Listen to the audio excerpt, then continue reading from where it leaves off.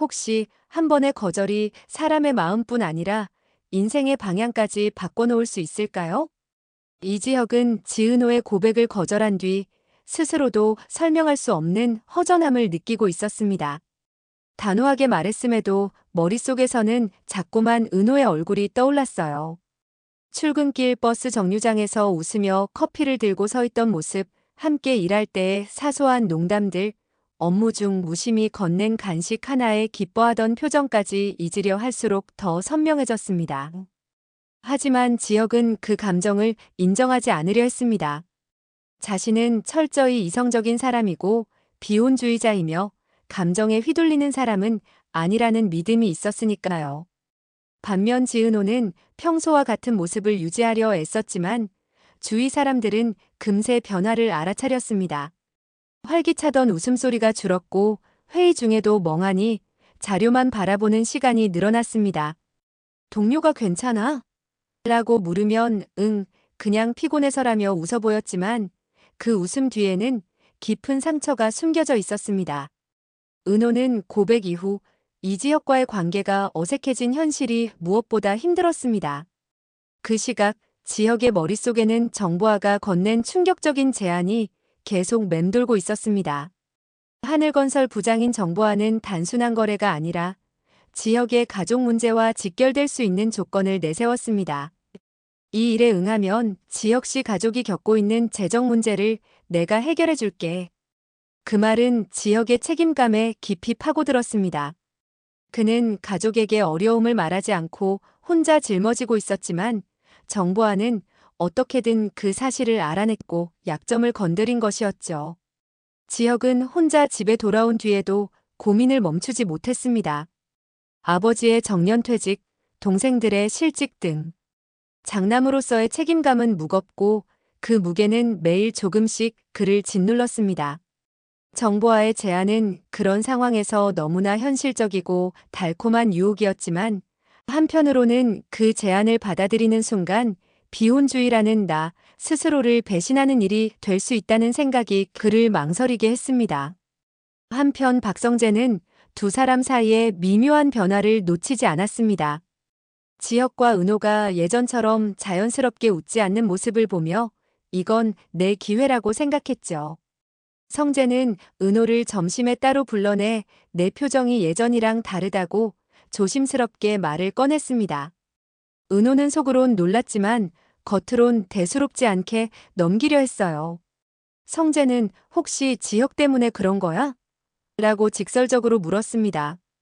은호는 고개를 저었지만 눈빛은 거짓을 숨기지 못했습니다.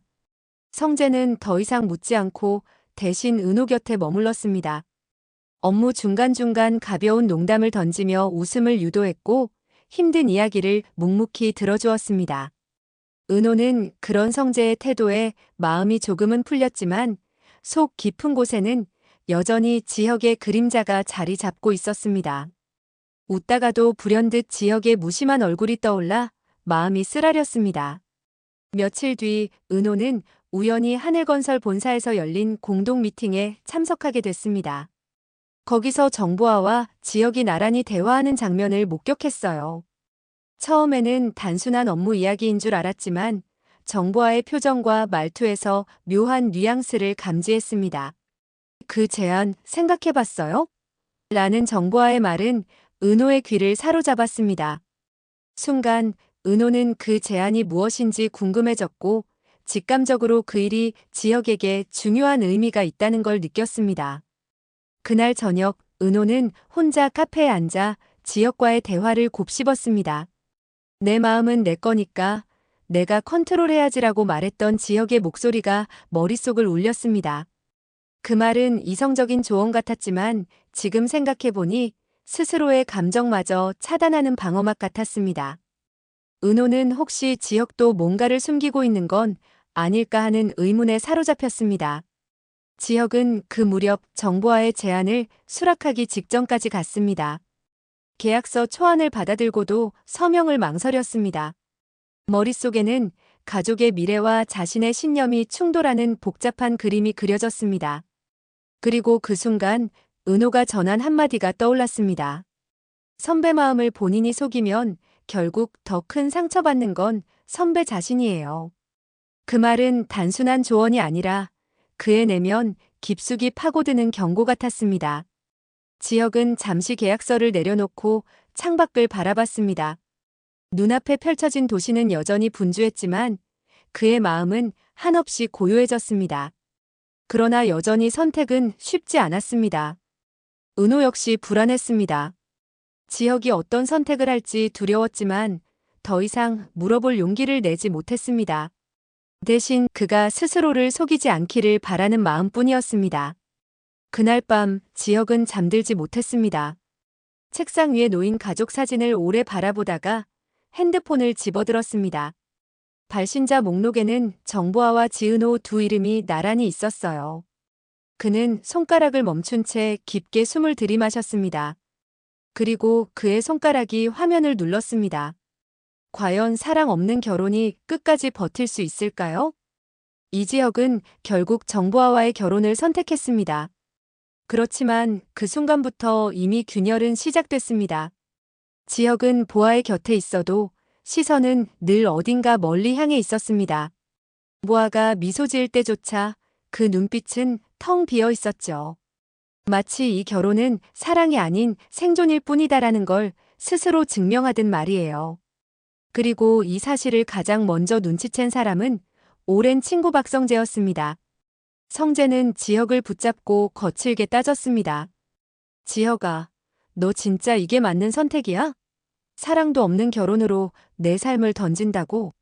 하지만 지혁은 차갑게 대답했죠. 성재야, 지금은 내가 원하는 게 중요한 게 아니야. 살아남는 게 전부야. 이 대답에 성재의 눈빛은 흔들렸습니다.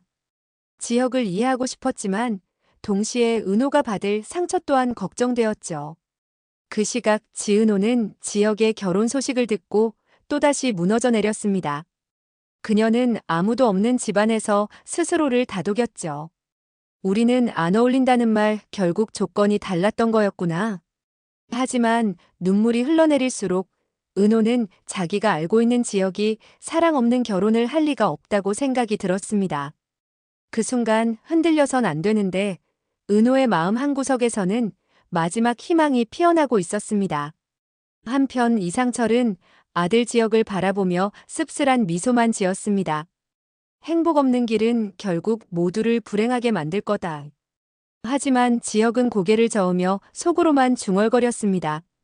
아버지가 원하시던 대로 결혼도 하고 이게 최선입니다. 행복은 이미 내게 없는 단어예요. 이제 판은 벌어졌습니다. 성재는 지혁의 선택을 막으려 할까요? 아니면 은호의 곁을 지키려 할까요? 지은호는 지혁을 설득해서 결혼을 막을 수 있을까요? 아니면 새롭게 다가오는 성재에게 마음이 열릴까요? 그리고 무엇보다 사랑 없이 시작된 이지혁의 결혼, 과연 지켜낼 수 있을까요? 댓글로 여러분의 주접도 남겨주세요. 앞으로의 내용이 궁금하시다면 구독은 필수, 좋아요는 사랑이죠. 지금까지 다음 화주접단이었습니다.